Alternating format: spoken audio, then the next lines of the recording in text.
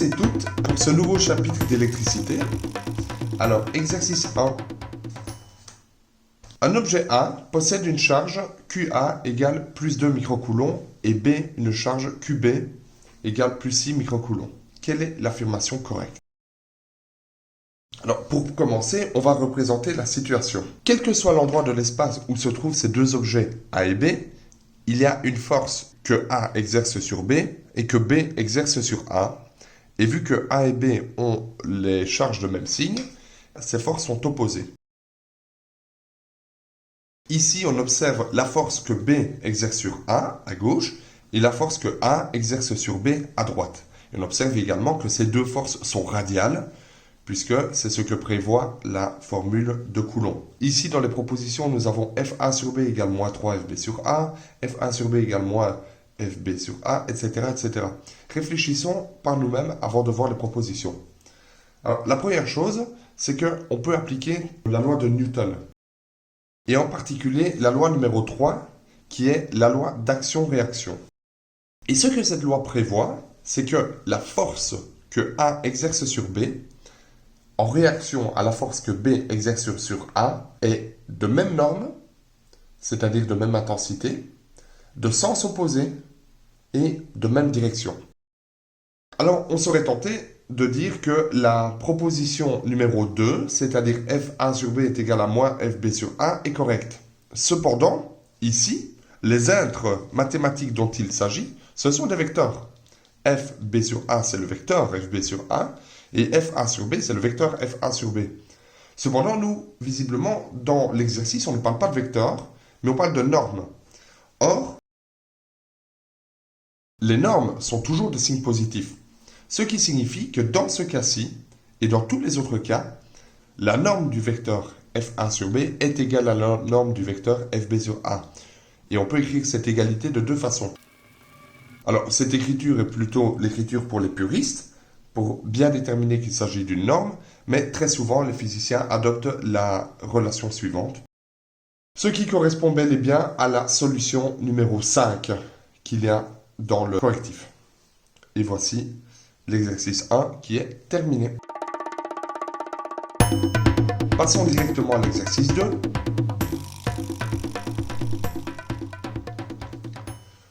Trois objets sont approchés l'un de l'autre, deux à deux. Le A et le B se repoussent, et le B et le C se repoussent également. Que peux-tu conclure? Bien, nous allons réfléchir en fonction des signes de A et de B, et de C. Premièrement, si les objets A et B se repoussent, cela veut dire que A et B ont le même signe. Deuxièmement, on peut dire aussi que si B et C se repoussent, alors B et C ont le même signe. En conclusion, les objets A, B et C sont obligés d'avoir le même signe, tous ensemble. Et donc finalement, le signe de A, de B et de C, on ne peut pas le connaître.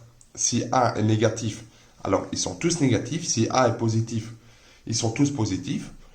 Et on ne peut évidemment pas dire qu'ils soient neutres, parce que évidemment, s'ils étaient neutres, ils ne se repousseraient pas. Donc voilà pour l'exercice 2. Ici, c'était une petite mise en jambe et on va commencer la vraie matière à partir de maintenant. Let's get it started. Exercice 1.3. Dans l'atome d'hydrogène, l'électron et le proton sont distants d'une distance de 5,3 x 10-11 mètres l'un de l'autre. À l'aide du tableau ci-avant, c'est-à-dire la note de mise en perspective qui se trouve à la page numéro 13, compare les forces gravitationnelles et électriques agissant entre eux. Quelle est la plus importante? Combien de fois celle-ci est plus importante? Premièrement, on voit que la masse du proton est égale à 1,67 x 10-27 kg, la masse de l'électron 9,1 x 10-31. Et de même, les charges sont identiques en valeur absolue. Alors commençons par le calcul de la force électrique. La force électrique est déterminée par la formule de Coulomb, qui dit que la force est égale à la constante de Coulomb K fois le produit des deux charges divisé par la distance au carré, et ça nous donne la norme de la force. Et voici. Alors, rappelons-nous que cette constante K est égale à 9 fois 10 exposant 9 uniquement dans le vide. Lorsque nous ne sommes pas dans le vide, eh bien, K est plus petit que 9 fois 10 exposant 9 newton fois mètre carré par coulomb au carré. Et ceci, c'est déterminé par la constante diélectrique du milieu, c'est-à-dire epsilon. Voilà pour le poids théorique correspondant. Nous pouvons donc calculer la norme de cette force, et elle vaut 8,20 fois 10 exposant moins 8 newtons, c'est-à-dire 82,0 nanonewtons. Maintenant, calculons la force gravifique. Alors pour cela, nous allons utiliser la loi de la gravitation universelle qui a été énoncée par Newton et qui comprend la constante de Cavendish. Alors la constante de Cavendish, contrairement à la constante de Coulomb, est toujours la même quel que soit le milieu, et celle-ci vaut 6,67 fois 10 exposant moins 11. Et donc, la force gravifique est de 3,6 fois 10 exposant moins 47 newtons. Si je divise cette force par celle-ci, on voit qu'il y a une différence de l'ordre de 10 exposant 39 de différence entre les deux forces. Et ça, ce n'est pas négligeable.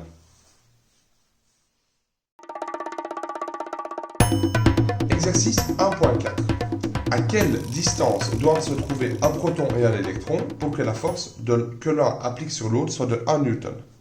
Bon, alors ça, c'est vraiment très facile, puisque nous connaissons les charges, et donc nous allons directement calculer en disant que la force est égale à la constante de Coulomb fois la charge de l'électron fois la charge du proton divisé par la distance au carré. Nous voulons que la force soit égale à 1 newton, et nous connaissons tout le reste. Donc, il faut qu'il se trouve à 1,51 fois 10 exposant moins 14 mètres. Et voici pour l'exercice 1.4. Passons à l'exercice 1.5. Exercice 1.5.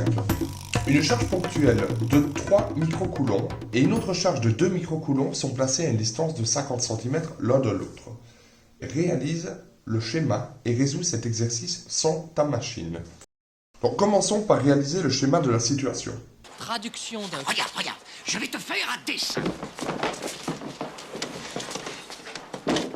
Nous avons deux charges, l'une positionnée à 50 cm de l'autre. Et on se demande où on doit placer une charge supplémentaire de 5 microcoulombs pour que celle-ci soit à l'équilibre. Alors j'ai une charge supplémentaire et je voudrais que celle-ci soit à l'équilibre, mais à l'équilibre de quoi? À l'équilibre de force, bien sûr. Alors, réfléchissons un peu premièrement, avant de pouvoir commencer tête baissée, et demandons-nous où cette charge devrait se trouver. Est-ce qu'elle va se trouver ici, là, là ou là, par exemple? Bien, premièrement, il faut évidemment que cette charge se trouve dans l'alignement, c'est-à-dire sur la droite qui relie la charge de 3 microcoulombs et la charge de 2 microcoulombs, de manière à ce qu'elle ne diverge pas en fonction des contraintes qui lui sont appliquées. Donc, voici le premier élément, c'est que la charge se trouve sur la droite qui relie Q1 et Q2. Deuxièmement, par déduction, en fait, la charge doit obligatoirement se trouver entre Q1 et Q2, puisque les deux charges sont de signe positif. Alors, on se donne un exemple. Si elle était, mettons, à gauche, et que c'était une charge positive, nous nous trouvons ici avec notre charge Q test est égale à 5 microcoulombs, eh bien, elle subirait de la charge Q1, ici, une force vers la gauche, et elle subirait également de la charge Q2 une force vers la gauche. Ce qui signifie, au total, qu'il est impossible, si on se trouve à la gauche de l'ensemble des deux charges, que celle-ci soit en équilibre. De même, si elle se trouve à la droite, elle va subir une force vers la droite de la part de Q2 et une force vers la droite de la part de Q1. Ce qui veut dire qu'elle aura finalement une force résultante qui sera toujours dans cette direction-là. Au final, notre charge test doit obligatoirement se trouver quelque part par ici, Q test égale 5 microcoulombs. Et alors pourquoi est-ce que je la mets, cette charge Q test, plus près de Q2 que Q3? Bien évidemment Q3 va exercer une force plus importante que Q2. Et donc, pour qu'elle soit à l'équilibre, il faut qu'elle s'éloigne un peu de Q3 et se rapproche de Q2 pour qu'il y ait une chance d'être à l'équilibre. Voilà, la charge doit se trouver entre Q1 et Q2. Et lorsqu'elle se trouve ici, elle va être soumise à deux forces. La force exercée par Q2 qui ira vers la gauche, qu'on va appeler la force F2 sur la charge de test, F2 sur test, et la force exercée par Q1 qui ira vers la droite, F1 sur test. Et pour plus de clarté, je vais rajouter que ceci c'est la charge Q1 et ceci c'est la charge Q2. Voilà. Donc voici notre schéma. Condition d'équilibre, il faut que la somme des forces soit égale à 0 sur le corps. Et dans ce cas-ci, les deux forces qu'on a, c'est F2 sur T et F1 sur T. Et donc, on a bien F2 sur T plus F1 sur T est égal à 0. Ou bien, si on prend les normes, ça nous donne F2 sur T égale F1 sur T, puisque on voit bien que celles-ci sont dans des sens différents et que donc le moins qui se passerait lorsqu'on passe le F1 sur T dans l'autre membre est de toute façon repris par notre dessin. Voilà. Alors, comment est-ce qu'on va faire ça? Parce que bon, là, on a bien compris que la charge se trouve entre les deux, que les deux forces ici doivent être égales, mais on n'a encore rien calculé. Et qu'est-ce que j'ai fait ici? Il ne doit pas y avoir de flèche, je vais l'enlever. Voilà, ni vu ni connu, nous parlons bien de normes et non de vecteurs, puisqu'on ne peut pas du tout comparer un vecteur avec un scalaire.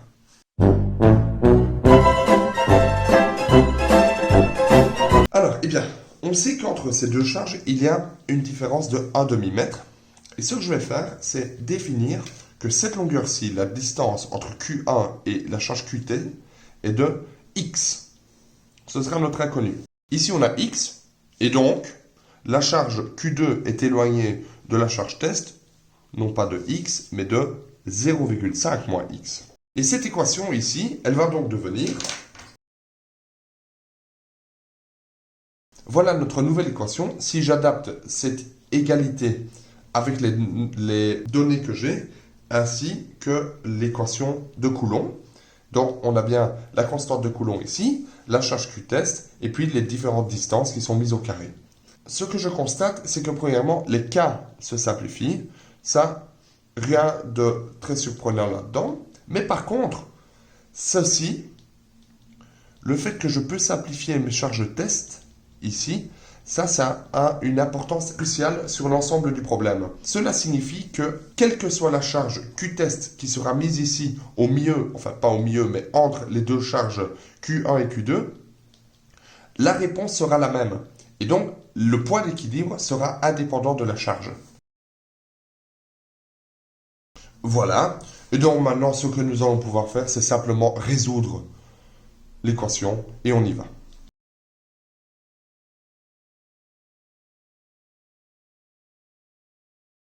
Alors, l'une des deux solutions doit être exclue, mais laquelle? On revient à notre dessin sur le problème, et évidemment, le x, il n'a de sens que si il appartient à l'intervalle où j'exclus 0 et 0,5. S'il n'est pas dans cet intervalle-là, eh bien, notre raisonnement ici est caduc. Et donc, je mets... Ce qui signifie que la seule solution que je peux prendre en compte, c'est le 27,5 cm. Et cela, c'est pour la question numéro 1. Par contre, pour la B, la C et la D, on se reporte à cette constatation qu'on a ici, que les QT se simplifient. Et donc, pour la B, la C et la D, on répond que... Nous répondons que la position d'équilibre est la même pour toutes les charges QT, Q-test. Et voici pour cette question. Passons à l'exercice 1.6. Soit trois charges ponctuelles dont les positions sont représentées par la figure suivante. Bon, il s'agit d'un triangle rectangle. On donne Q est égal à plus 2 microcoulombs, Q1 est égal à 2Q, Q2 est égal à 4Q et Q3 est égal à moins 3Q. Calcule la force électrostatique F2 exercée sur la charge Q2 et Q3. et F3 sur Q3. La manière dont on va procéder pour ce genre de choses est toujours la même. La première chose est toujours, on commence par calculer les normes des contributions individuelles à la force F.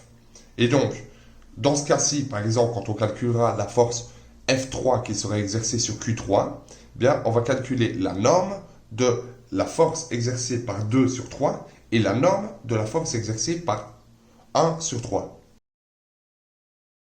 Ensuite, ça c'est le deuxième point, nous allons calculer les angles que cette force réalise avec l'horizontale et la verticale, et finalement nous projetons. Donc le point 2, c'est calculer les angles. Et souvent, on utilise les lois de la trigonométrie qui sont relativement simples, et finalement, on projette. Et finalement, c'est toujours de cette façon-ci que nous allons procéder pour réaliser une étude de force dans le cas de l'électrostatique. Voilà. Alors commençons. On va évidemment bien sûr refaire un dessin pour savoir de quoi il s'agit. Bon, alors premièrement, on ne va pas s'embêter et on va mettre le système d'axes x, y selon les axes qui nous sont donnés. Puisqu'ils sont là, on va les utiliser. Alors, on nous demandera de calculer la force électrostatique exercée sur Q2. Premièrement, on va se demander quels sont les signes. On a le Q3 qui est plus petit que 0, Q1 qui est plus grand que 0 et Q2 qui est plus grand que 0. Ce sont des charges positives et Q3 est négatif. Et donc, les forces individuelles, nous aurons une attraction vers Q3, ce sera la force F3 sur 2, et une répulsion depuis Q1, puisqu'elles sont toutes les deux positives, et ça, ce sera la force F1 sur 2. Voilà pour la force F2. Et alors évidemment, F2 sera l'addition vectorielle de ces deux forces que nous pouvons également représenter comme ceci. Voici F2. Et ensuite, nous devrons trouver la force exercée sur Q3. Alors évidemment, il y aura F2 sur 3 qui sera dans le sens opposé à F3 sur 2, c'est-à-dire cette force-ci. Et aussi, il y aura la force que 1 exerce sur 3, c'est-à-dire cette force-ci. F1 sur 3, on réalise l'addition vectorielle de ces deux forces. Et voici la force F3. Maintenant qu'on a représenté ces deux forces F2 et F3 et que tout est bien clair dans notre esprit, nous n'avons plus qu'à faire les calculs. Alors, la force F2, elle est relativement facile puisqu'en fait, on a F3 sur 2 et F1 sur 2 qui sont alignés avec les axes. Donc, on ne va pas s'embêter à rechercher les angles, on va directement rechercher les normes. Voilà, donc j'ai la force F3 sur 2 qui est cette force-ci, ici, qui a une norme de 270 newtons selon l'axe X1 positif. Et X1, c'est donc le vecteur de référence selon l'axe X qui est une norme de 1. Voilà, ça c'est la force F3 sur 2. On réalise également la force F1 sur 2 qui sera selon moins Y1. Et voilà notre force F1 sur 2. Et finalement, pour trouver la force F2, on additionne vectoriellement ces deux forces. Donc, c'est-à-dire qu'on aura... Donc, cette force-ci est relativement facile à trouver, puisque, comme je dis, elles sont alignées avec les axes. Par contre, ça ne va pas être la même chose pour la force F1 sur 3, et que nous allons devoir déterminer avec un angle ici, qu'on va devoir calculer. Donc, deuxième partie, B... calcul de F3. Premièrement, F2 sur 3, on ne s'embête pas puisqu'on a F3 sur 2 et qu'on sait que par Newton, eh bien, elle va devoir avoir la même norme, mais par contre être de sens différent. Et donc, on dit simplement, la norme de F2 sur 3 est de 270 newtons, mais par contre, c'est selon moins X1. Pour ce qui est de F1 sur 3, comme je l'ai dit, nous allons commencer par calculer les normes des contributions, et donc c'est-à-dire la norme de F1 sur 3 ici, et ensuite on s'attaque aux angles. Pour trouver R1 3 au carré, on utilise Pythagore. La norme de F1 sur 3 est de 86,4 newtons. Maintenant, déterminons l'angle alpha qui se trouve ici. Voilà notre angle alpha. Et là, c'est bien la tangente, puisqu'on connaît la longueur du côté opposé et la longueur du côté adjacent. Donc c'est 3 sur 4, c'est-à-dire 36,9 degrés. Finalement, on doit projeter. Nous voyons que ici, selon Y, la force F1 sur 3 est positive, selon X, elle est négative.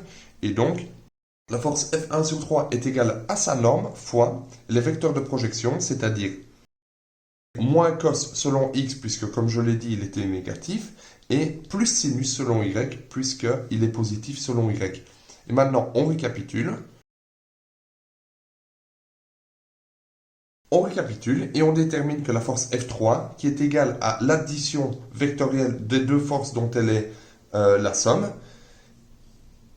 dont l'une en fait est une projection un peu particulière, mais il suffit de distribuer ici, et elle vaut 339,12 selon X vers le sens négatif, et selon Y en positif, 51,9. Et effectivement, on voit bien quand on réalise ce schéma que selon X, on est bien plus grand en composante que selon Y, et donc cela c'est rassurant. Et voilà pour l'exercice 1.6.